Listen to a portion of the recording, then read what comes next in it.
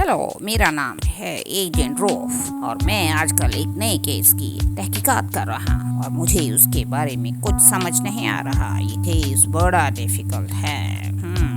अब मुझे इसको हल करना है। बच्चों, आपको इसमें मेरी हेल्प करनी पड़ेगी। आपको सबसे पहले चैनल को सब्सक्राइब और लाइक करना पड़ेगा। चलिए हम इस केस को आज सॉल्व करते हैं। और एक डॉग है जिसके पपीज गुम हो गए हैं और उनको ढूंढने के सिलसिले में मैं इस केस को हल कर रहा हूँ। दिन रात काम कर रहा हूँ पर अभी तक मुझे कोई क्लू नहीं मिल रहा इस बारे में। अब देखते हैं, हम यूरोप का चक्कर लगाते हैं और देखते हैं वहाँ से हमें कोई क्लू मिलता है कि नहीं।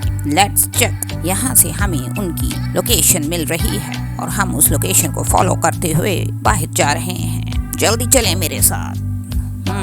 मैं यहाँ से नजर रख रहा हूँ उन पे।